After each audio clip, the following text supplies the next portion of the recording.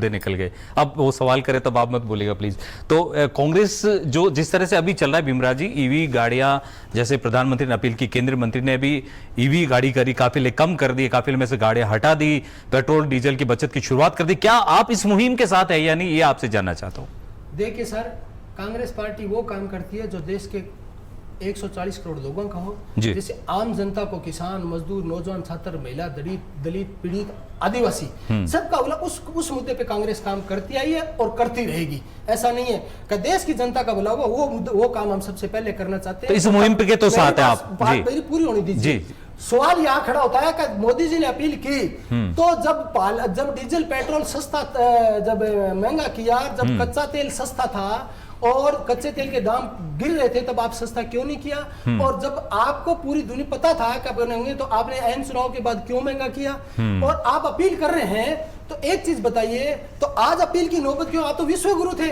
और दूसरी बात इसके अंदर जो इंपॉर्टेंट है कि जो अपना रशिया मित्र था, उसके बारे में अपनी विदेश नीति फैल होगी, और तो उसके बारे में आप रूस से तेल खरीदे, वो तो 15 रुपए अपने को सस्ता देता है सर, $15 प्रति बैरल सस्ता देता है औरों से, और उसको रुपए डॉलर की जरूरत नहीं, अपने रुपए में पैसा देता है। तो आखिर दिक्कत क्या हुई? अपनी विदेश नीति फैल हुई। और दूसरा, निर्मला सीतारमण के पति है प्रकला प्रभाकर, जो अर्थशास्त्री, उन्होंने कहा था कि आर्थिक नीति आपको यदि सही करनी है, पढ़नी है और आपको अध्ययन करना है, तो मनमोहन सिंह की आर्थिक नीति से पढ़ना चाहिए। तो मैं आपके चैनल के माध्यम से ये पूछना चाहता हूँ कि और देशों ने जब मार्च में कर दिया, आपने 70 दिन क्यों लगाए?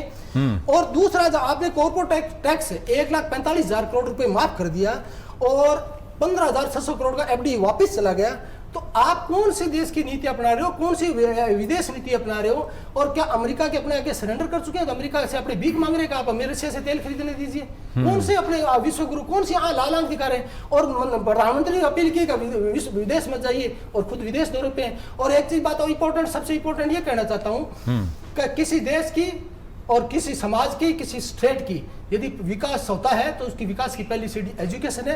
तो हम आपसे ये जानना चाहते हैं कि आपने 2014 के बाद कितनी टॉप की यूनिवर्सिटियां बनाई जो विश्व की टॉप यूनिवर्सिटी आती हो? अभी तक सर 300 में एक नहीं है।